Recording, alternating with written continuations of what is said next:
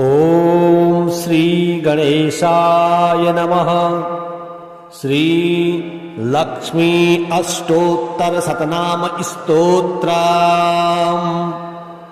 प्रकृतिं विकृतिं विद्यां सर्वभूत हितप्रदां श्रद्धां विभूतिं सुरभिं नमामि परमात्मिकाम्। वाचं पदमालयां पदमां शुचिं स्वाहां स्वधां सुधां धन्यां हिरण्ययीं लक्ष्मीं नित्यपुष्टां विभावरीं अदितिं च दितिं दीप्तां वसुधां वसुधारिणीं नमामि कमलां कान्तां काम्यां क्षीरोदसंभवाम् अनुग्रहप्रदां बुद्धि मनघां हरिवल्लभाम् अशोकाममृतां दीप्तां लोकशोकविनाशिनीं नमामि धर्मनिलयां करुणां लोकमातरं पद्मप्रियां पद्महस्तां पद्माक्षीं पद्मसुन्दरीं पद्मोद्भवां पद्ममुखीं पद्मनाभप्रियां रमां पद्ममालाधरां देवीं पद्मिनी पद्मगन्धिनीं पुण्यगन्धां सुप्रसन्नां प्रसादाभिमुखीं प्रभां नमामि चन्द्रवदनां चन्द्रां चन्द्रसहोदरीं चतुर्भुजां चन्द्ररूपां इन्दिरामिन्दुशीतलाम् आह्लादजननीं पुष्टिं शिवां शिवकरीं सतीं विमलां विश्वजननीं तुष्टिं दारिद्र्यनाशिनीं प्रीतिपुष्करिणीं शान्तां शुक्लमाल्याम्बरां श्रियां भास्करीं बिल्वनिलयां वरारोहां यशस्विनीं वसुन्धरामुदाराङ्गां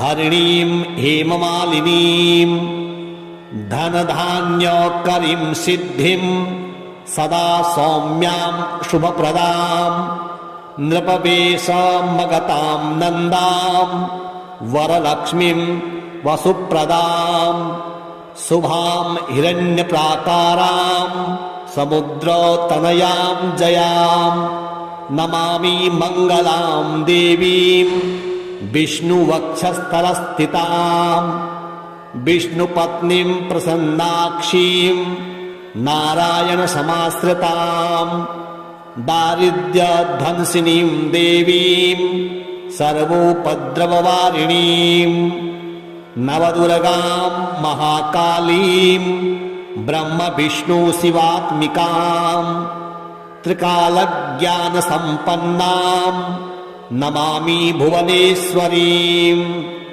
लक्ष्मीं क्षीरसमुद्रराजतनयां श्रीरङ्गधामेश्वरीं दासीभूतसमस्तदेववनितां लोकैकदीपाङ्कुरां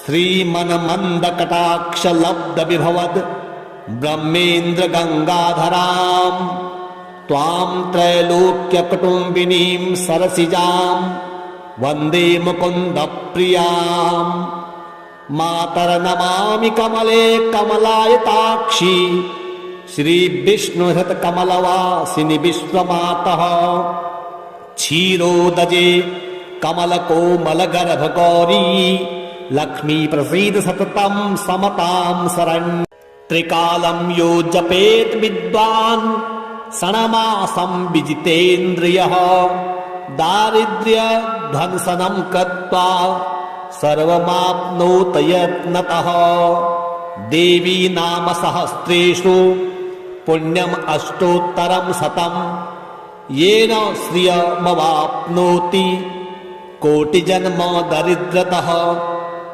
भृगुवारे शतं धीमान् पठेत् वत्सरमात्रकम् अष्टैश्वर्यमवाप्नोति कुबेर इव भूतले। दारिद्र्यमोचनं नाम स्तोत्रमम्बा परं शतं, येन श्रियमवाप्नोति कोटिजन्म दरिद्रतः।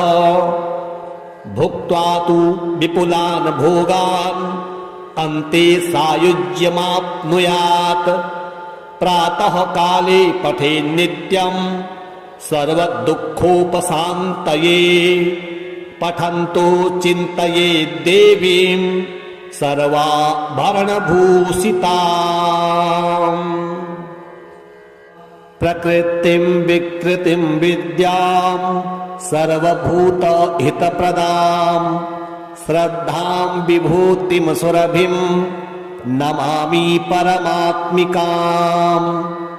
वाचं पदमालयां पद्मां, शुचिं स्वाहां स्वधां सुधां, धन्यां हिरण्ययीं लक्ष्मीं नित्यपुष्टां विभावरीम्। अदितिं च दितिं दीप्तां वसुधां वसुधारिणीं नमामि कमलां कान्तां काम्यां क्षीरोदसम्भवाम्। अनुग्रहप्रदां बुद्धि मनघां हरिवल्लभां, अशोकाममृतां दीप्तां लोकशोकविनाशिनीं नमामि धर्मनिलयां करुणां लोकमातरम्।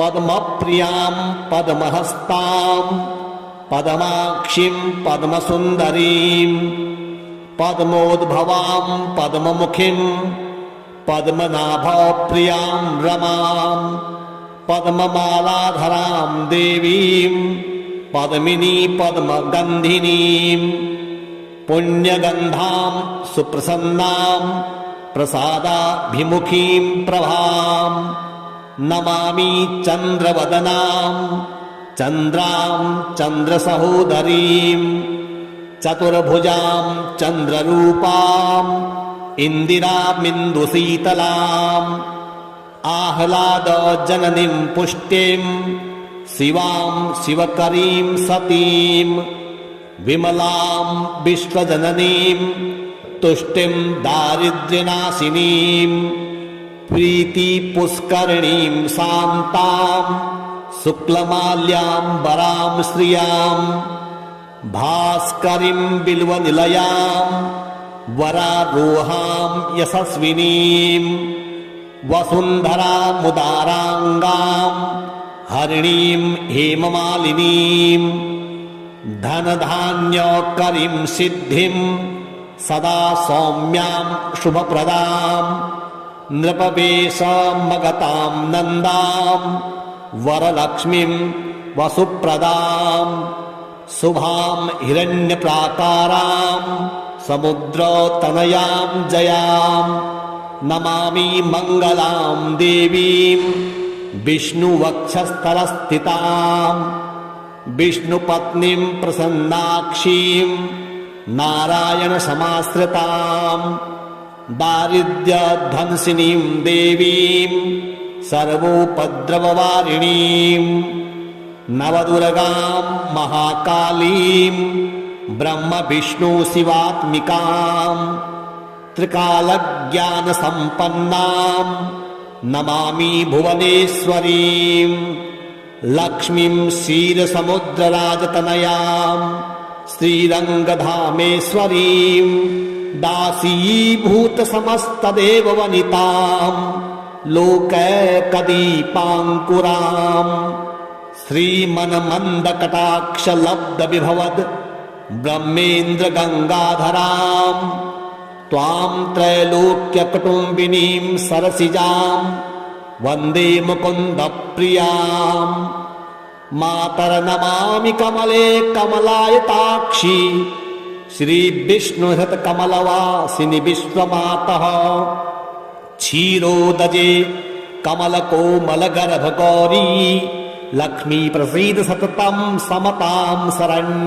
त्रिकालं यो जपेत् विद्वान् षण्मासं विजितेन्द्रियः, दारिद्र्यध्वंसनं कृत्वा सर्वमाप्नोत यत्नतः।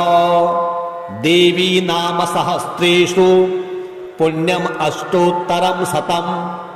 येन श्रियमवाप्नोति कोटिजन्म दरिद्रतः। भृगुवारे शतं धीमान् पठेत् वत्सरमात्रकम्। अष्टैश्वर्यमवाप्नोति कुबेर इव भूतले। दारिद्र्यमोचनं नाम स्तोत्रमम्बा परं शतम्। येन श्रियमवाप्नोति कोटिजन्म दरिद्रतः। भुक्त्वा तु विपुलान् भोगान् अन्ते सायुज्यमाप्नुयात्। प्रातः काले पठेन्नित्यम् सर्वदुःखोपशान्तये। पठन्तो चिन्तयेत् देवीं सर्वाभरणभूषिताम्। प्रकृतिं विकृतिं विद्यां सर्वभूतहितप्रदां। श्रद्धां विभूतिं सुरभिं नमामि परमात्मिकाम्। वाचं पदमालयां पदमां शुचिं स्वाहां स्वधां सुधां। धन्यां हिरण्ययीं लक्ष्मीं नित्यपुष्टां विभावरीम्। अदितिं च दितिं दीप्तां वसुधां वसुधारिणीं। नमामि कमलां कान्तां काम्यां क्षीरोदसंभवाम्। अनुग्रहप्रदां बुद्धि मनघां हरिवल्लभाम्। अशोकाममृतां दीप्तां लोकशोकविनाशिनीं। नमामि धर्मनिलयां करुणां लोकमातरम्। पद्मप्रियां पद्महस्तां पद्माक्षीं पद्मसुन्दरीं। पद्मोद्भवां पद्ममुखीं पद्मनाभप्रियां रमां। पद्ममालाधरां देवीं पद्मिनी पद्मगन्धिनीं। पुण्यगन्धां सुप्रसन्नां प्रसादाभिमुखीं प्रभां।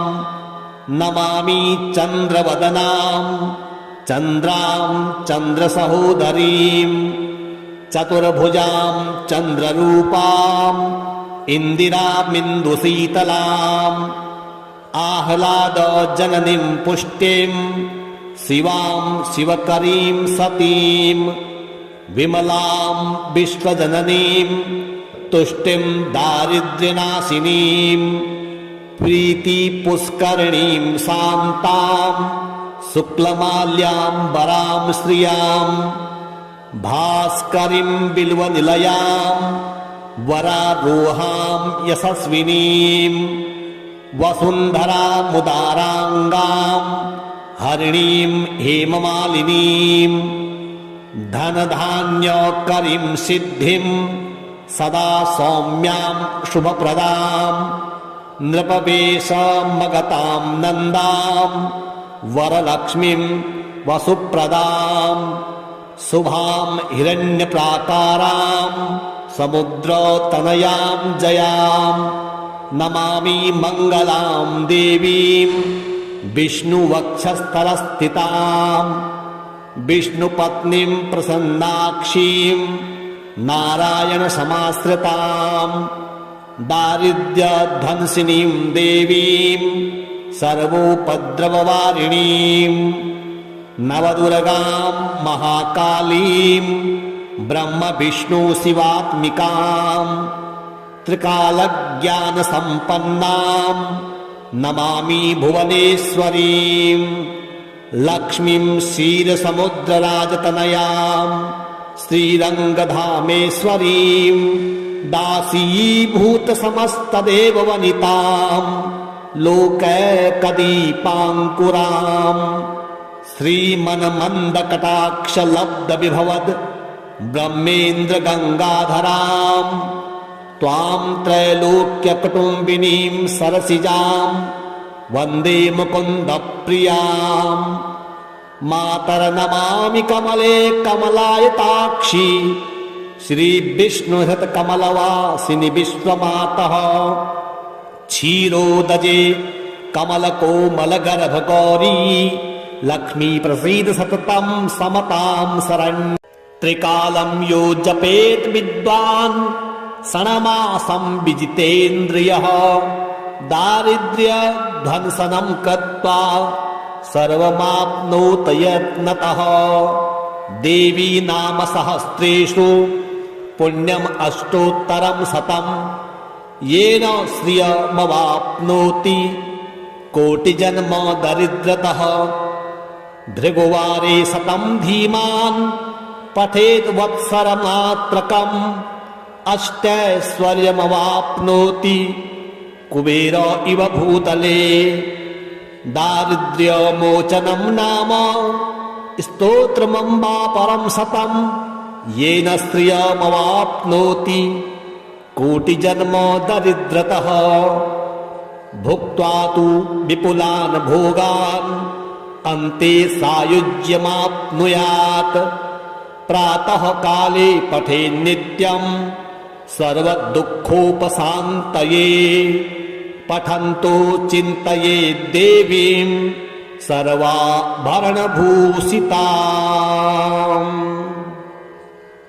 प्रकृतिं विकृतिं विद्यां सर्वभूतहितप्रदां श्रद्धां विभूतिं सुरभिं नमामि परमात्मिकाम् वाचं पदमालयां पदमां शुचिं स्वाहां स्वधां सुधां धन्यां हिरण्ययीं लक्ष्मीं नित्यपुष्टां विभावरीम् अदितिं च दितिं दीप्तां वसुधां वसुधारिणीं नमामि कमलां कान्तां काम्यां क्षीरोदसंभवाम् अनुग्रहप्रदां बुद्धि मनघां हरिवल्लभाम् अशोकाममृतां दीप्तां लोकशोकविनाशिनीम्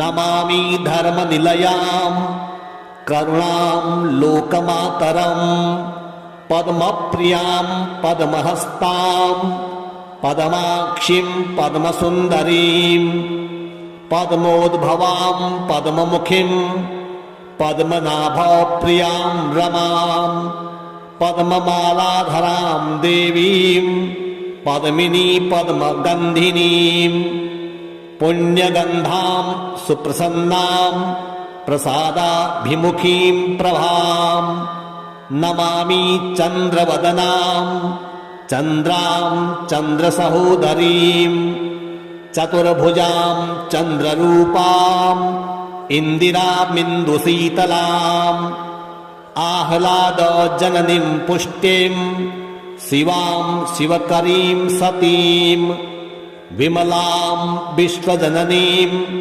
तुष्टिं दारिद्र्यनाशिनीं प्रीतिपुष्करिणीं शान्तां शुक्लमाल्याम्बरां श्रियां भास्करीं बिल्वनिलयां वरारोहां यशस्विनीं वसुन्धरामुदाराङ्गां हरिणीं हेममालिनीं धनधान्यकरीं सिद्धिं सदा सौम्यां शुभप्रदां नृपवेशमगतां नन्दां वरलक्ष्मीं वसुप्रदां शुभां हिरण्यप्राकारां समुद्रतनयां जयां नमामि मङ्गलां देवीं विष्णुवक्षस्थलस्थितां विष्णुपत्नीं प्रसन्नाक्षीं नारायणसमाश्रितां दारिद्र्यध्वंसिनीं देवीं सर्वोपद्रववारिणीं नवदुर्गां महाकालीं ब्रह्मविष्णुशिवात्मिकां त्रिकालज्ञानसम्पन्नां नमामि भुवनेश्वरीं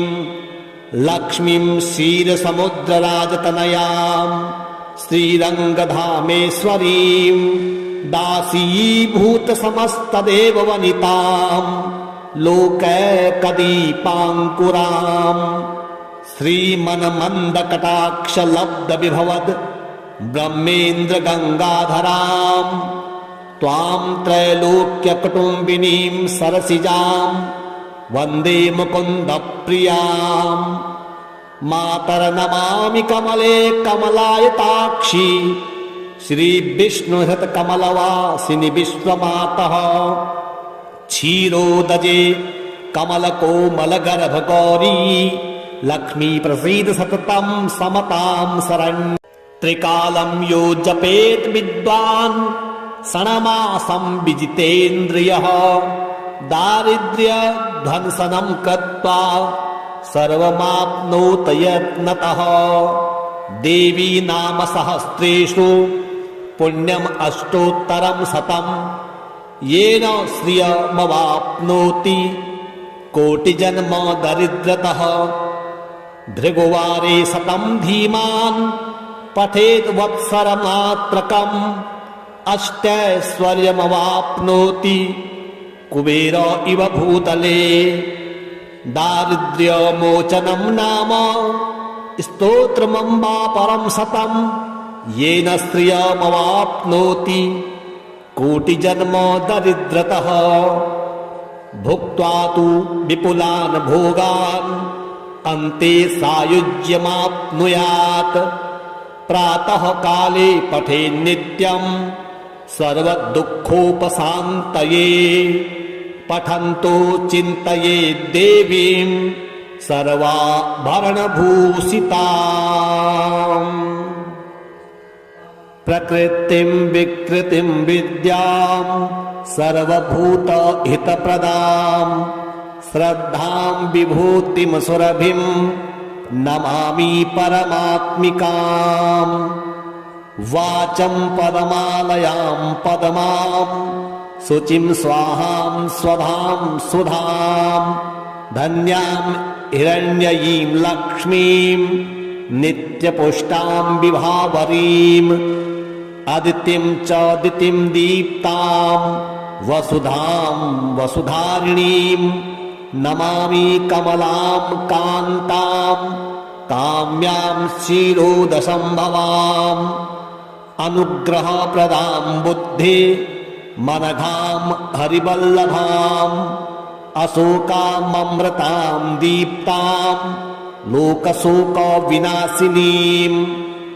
नमामि धर्मनिलयां करुणां लोकमातरं पद्मप्रियां पद्महस्तां पद्माक्षीं पद्मसुन्दरीं पद्मोद्भवां पद्ममुखीं पद्मनाभप्रियां रमां पद्ममालाधरां देवीं पद्मिनी पद्मगन्धिनीं पुण्यगन्धां सुप्रसन्नां प्रसादाभिमुखीं प्रभां नमामि चन्द्रवदनां चन्द्रां चन्द्रसहोदरीं चतुर्भुजां चन्द्ररूपां इन्दिरामिन्दुशीतलाम् आह्लादजननीं पुष्टिं शिवां शिवकरीं सतीं विमलां विश्वजननीं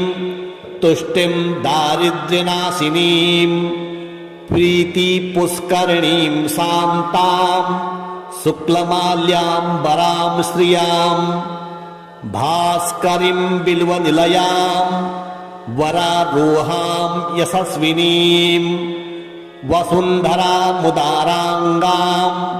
हरिणीं हेममालिनीं धनधान्यकरीं सिद्धिं सदा सौम्यां शुभप्रदां नृपवेशमगतां नन्दां वरलक्ष्मीं वसुप्रदां शुभां हिरण्यप्राकारां समुद्रतनयां जयां नमामि मङ्गलां देवीं विष्णुवक्षस्थलस्थितां विष्णुपत्नीं प्रसन्नाक्षीं नारायणसमाश्रिताम् दारिद्र्यध्वंसिनीं देवीं सर्वोपद्रववारिणीम् नवदुर्गां महाकालीं ब्रह्मविष्णुशिवात्मिकां त्रिकालज्ञानसम्पन्नां नमामि भुवनेश्वरीं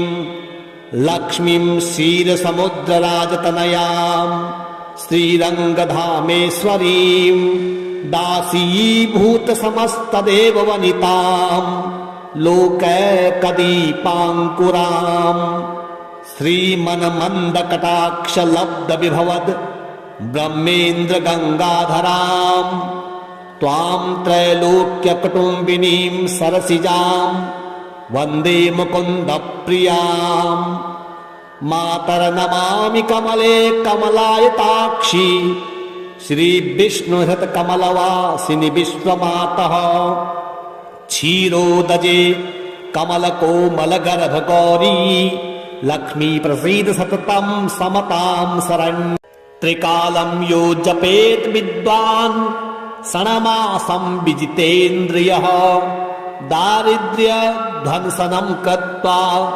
सर्वमाप्नोत यत्नतः देवी नाम सहस्रेषु पुण्यम् अष्टोत्तरं शतं येन श्रियमवाप्नोति कोटिजन्म दरिद्रतः भृगुवारे शतं धीमान् पठेत् वत्सरमात्रकम् अष्टैश्वर्यमवाप्नोति कुबेर इव भूतले दारिद्र्यमोचनं नाम स्तोत्रमम्बा परं शतं येन श्रियमवाप्नोति कोटिजन्म दरिद्रतः भुक्त्वा तु विपुलान् भोगान् अन्ते सायुज्यमाप्नुयात्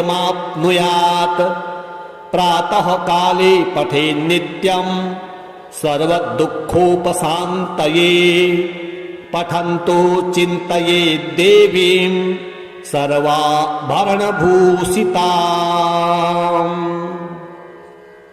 प्रकृतिं विकृतिं विद्यां सर्वभूतहितप्रदां श्रद्धां विभूतिं सुरभिं नमामि परमात्मिकाम् वाचं पदमालयां पदमां शुचिं स्वाहां स्वधां सुधां धन्यां हिरण्ययीं लक्ष्मीं नित्यपुष्टां विभावरीम् अदितिं च दितिं दीप्तां वसुधां वसुधारिणीं नमामि कमलां कान्तां काम्यां क्षीरोदसम्भवाम् अनुग्रहप्रदां बुद्धि मनघां हरिवल्लभाम् अशोकाममृतां दीप्तां लोकशोकविनाशिनीं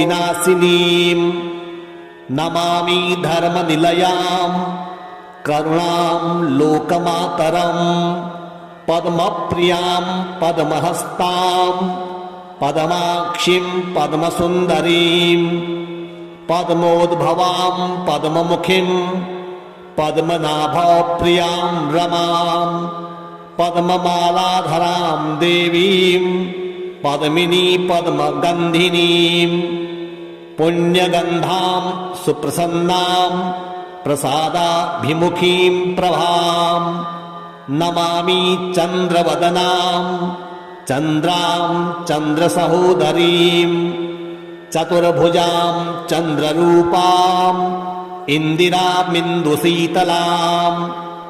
आह्लादजननीं पुष्टिं शिवां शिवकरीं सतीं विमलां विश्वजननीं तुष्टिं दारिद्र्यनाशिनीं प्रीतिपुष्करिणीं शान्तां शुक्लमाल्याम्बरां श्रियां भास्करीं बिल्वनिलयां वरारोहां यशस्विनीं वसुन्धरामुदाराङ्गां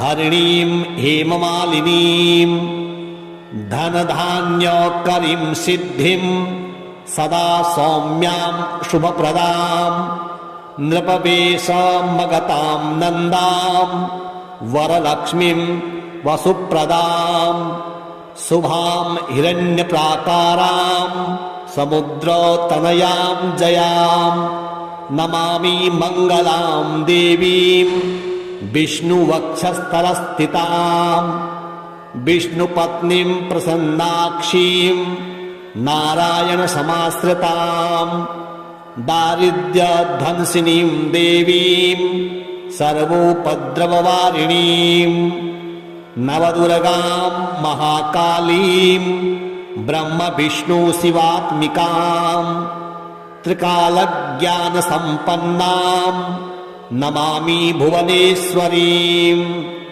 लक्ष्मीं क्षीरसमुद्रराजतनयां श्रीरङ्गधामेश्वरीं दासीभूतसमस्तदेववनितां लोकैकदीपाङ्कुरां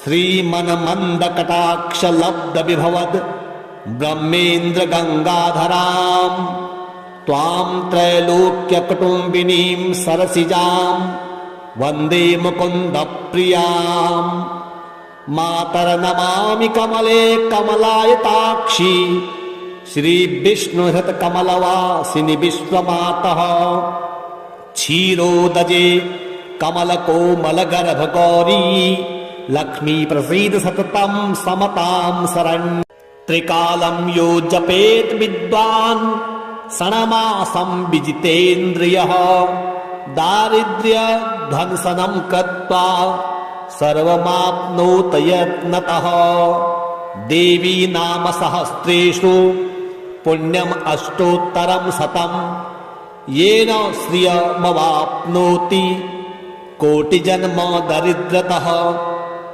भृगुवारे शतं धीमान् पठेत् वत्सरमात्रकम् अष्टैश्वर्यमवाप्नोति कुबेर इव भूतले दारिद्र्यमोचनं नाम स्तोत्रमम्बा परं शतं येन श्रियमवाप्नोति कोटिजन्म दरिद्रतः भुक्त्वा तु विपुलान् भोगान् अन्ते सायुज्यमाप्नुयात् प्रातः काले पठेन्नित्यं सर्वदुःखोपशान्तये पठन्तो चिन्तयेत् देवीं सर्वाभरणभूषिताम्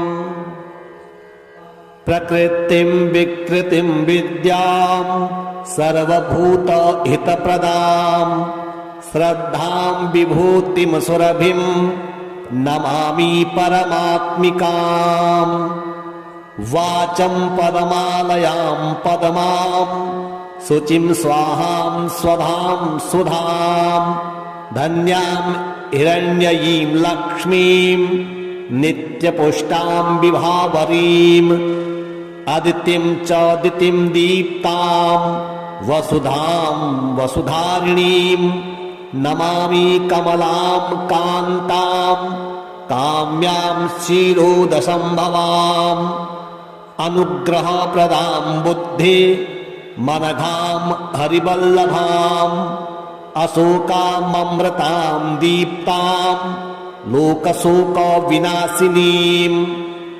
नमामि धर्मनिलयां करुणां लोकमातरं पद्मप्रियां पद्महस्तां पद्माक्षीं पद्मसुन्दरीं पद्मोद्भवां पद्ममुखीं पद्मनाभप्रियां रमां पद्ममालाधरां देवीं पद्मिनी पद्मगन्धिनीं पुण्यगन्धां सुप्रसन्नां प्रसादाभिमुखीं प्रभां नमामि चन्द्रवदनां चन्द्रां चन्द्रसहोदरीं चतुर्भुजां चन्द्ररूपां इन्दिरामिन्दुशीतलाम् आह्लादजननीं पुष्टिं शिवां शिवकरीं सतीं विमलां विश्वजननीं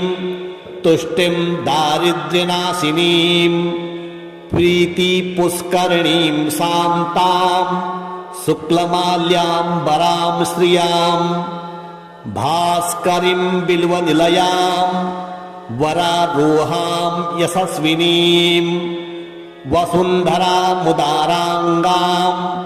हरिणीं हेममालिनीं धनधान्यकरीं सिद्धिं सदा सौम्यां शुभप्रदां नृपवेशमगतां नन्दां वरलक्ष्मीं वसुप्रदां शुभां हिरण्यप्राकारां समुद्रतनयां जयां नमामि मङ्गलां देवीं विष्णुवक्षस्थलस्थितां विष्णुपत्नीं प्रसन्नाक्षीं नारायणसमाश्रितां दारिद्र्यध्वंसिनीं देवीं सर्वोपद्रववारिणीं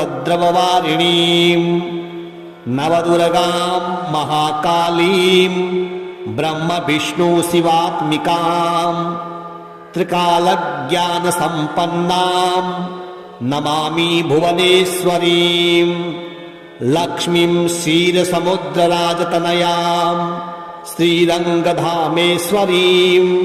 दासीभूतसमस्तदेववनितां लोकैकदीपाङ्कुरां श्रीमन्मन्दकटाक्षलब्धविभवद् ब्रह्मेन्द्रगङ्गाधरां त्वां त्रैलोक्यकुटुम्बिनीं सरसिजां वन्दे मुकुन्दप्रियां मातर्नमामि कमले कमलायताक्षी श्रीविष्णुहृतकमलवासिनि विश्वमातः क्षीरोदजे कमलकोमलगर्भगौरी लक्ष्मी प्रसीद सततं समतां शरण्यं त्रिकालं यो जपेत् विद्वान् षण्मासं विजितेन्द्रियः दारिद्र्यध्वंसनं कृत्वा सर्वमाप्नोत यत्नतः देवी नाम सहस्रेषु पुण्यम् अष्टोत्तरं शतं येन श्रियमवाप्नोति कोटिजन्म दरिद्रतः भृगुवारे शतं धीमान् पठेत् वत्सरमात्रकम् अष्टैश्वर्यमवाप्नोति कुबेर इव भूतले दारिद्र्यमोचनं नाम स्तोत्रमम्बा परं शतं येन श्रियमवाप्नोति कोटिजन्म दरिद्रतः भुक्त्वा तु विपुलान् भोगान् अन्ते सायुज्यमाप्नुयात् प्रातः काले पठेन् नित्यं सर्वदुःखोपशान्तये पठन्तो चिन्तयेत् देवीं सर्वाभरणभूषिताम्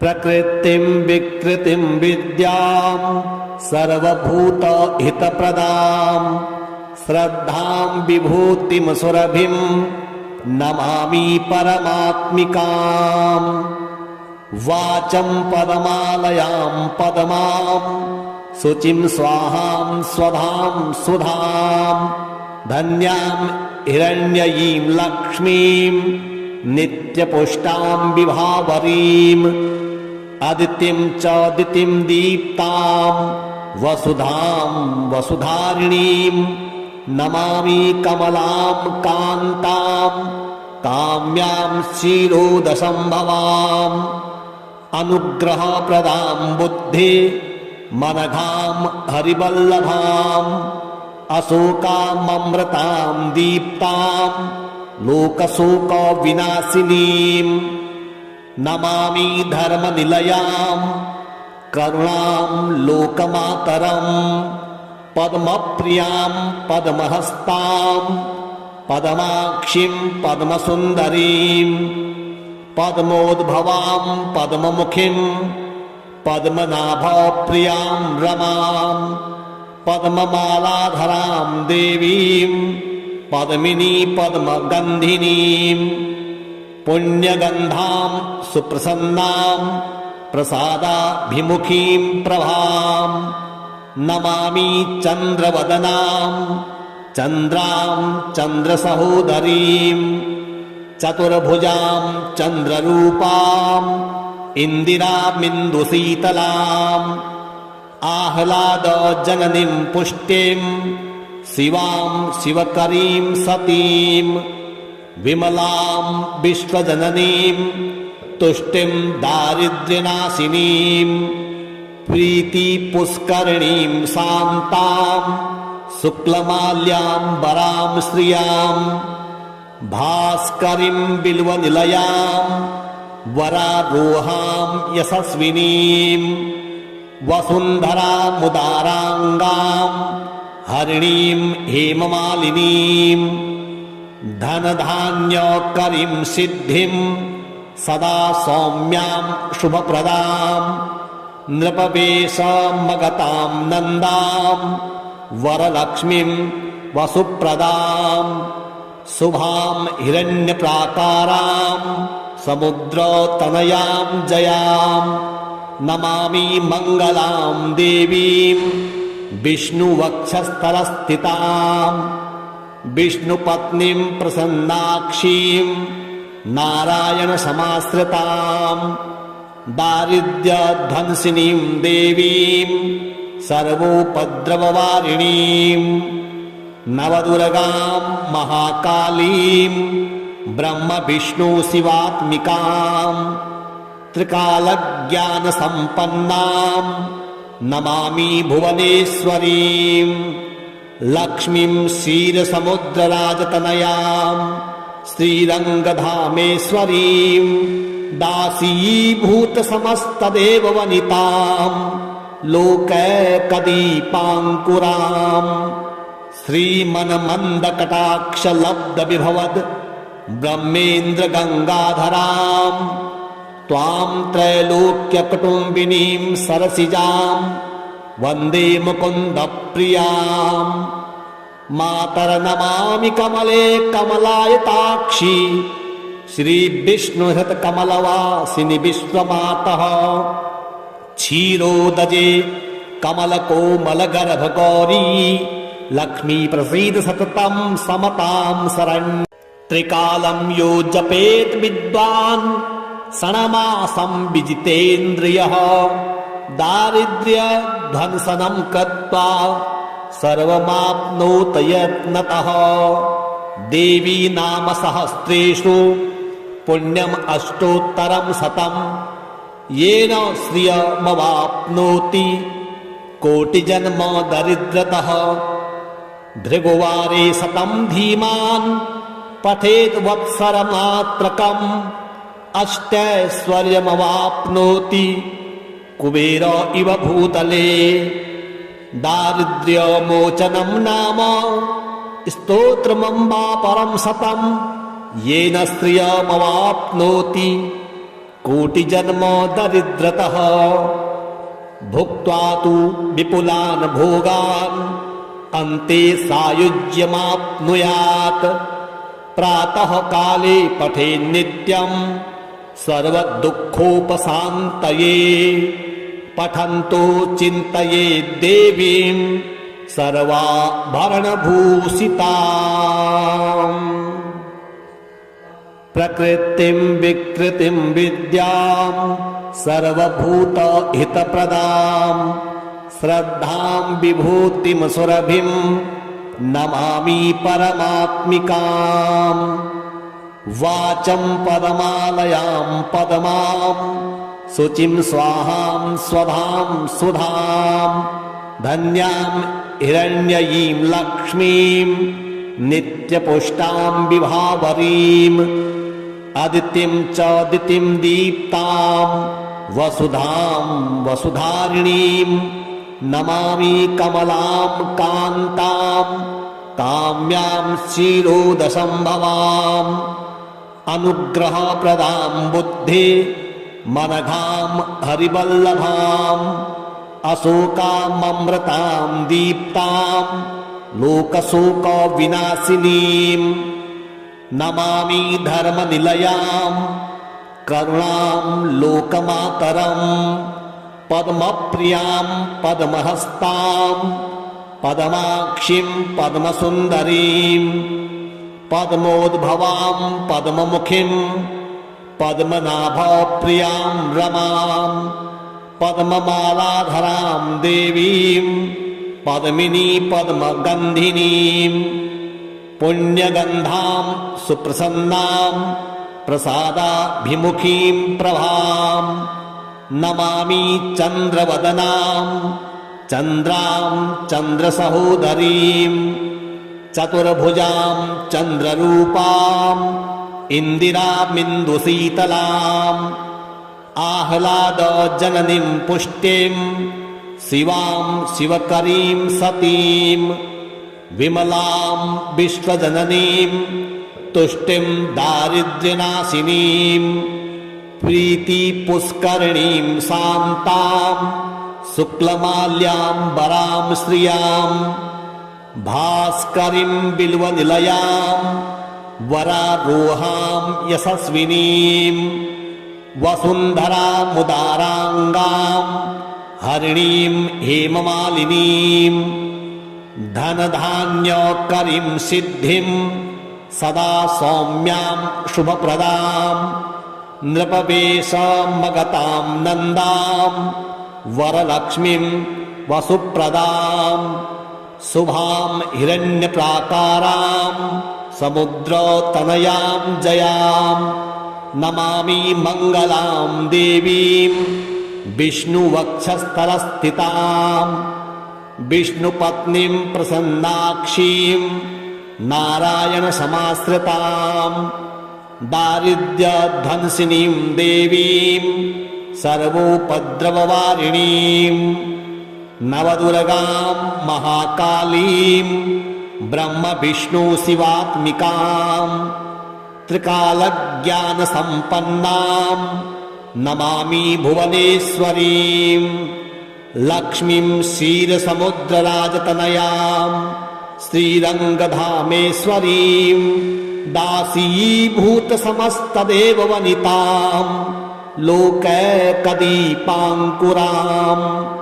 श्रीमन्मन्दकटाक्षलब्धविभवद् ब्रह्मेन्द्रगङ्गाधरां त्वां त्रैलोक्यकुटुम्बिनीं सरसिजां वन्दे मुकुन्दप्रियां मातर्नमामि कमले कमलायताक्षी श्रीविष्णुहृतकमलवासिनि विश्वमातः क्षीरोदजे कमलकोमलगर्भगौरी लक्ष्मी प्रसीद सततं समतां शरण्यं त्रिकालं यो जपेत् विद्वान् षण्मासं विजितेन्द्रियः दारिद्र्यध्वंसनं कृत्वा सर्वमाप्नोत यत्नतः देवी नाम सहस्रेषु पुण्यम् अष्टोत्तरं शतं येन श्रियमवाप्नोति कोटिजन्म दरिद्रतः भृगुवारे शतं धीमान् पठेत् वत्सरमात्रकम् अष्टैश्वर्यमवाप्नोति कुबेर इव भूतले दारिद्र्यमोचनं नाम स्तोत्रमम्बा परं शतं येन श्रियमवाप्नोति कोटिजन्म दरिद्रतः भुक्त्वा तु विपुलान् भोगान् अन्ते सायुज्यमाप्नुयात् प्रातः काले पठेन् नित्यं सर्वदुःखोपशान्तये पठन्तो चिन्तयेत् देवीं सर्वाभरणभूषिताम्।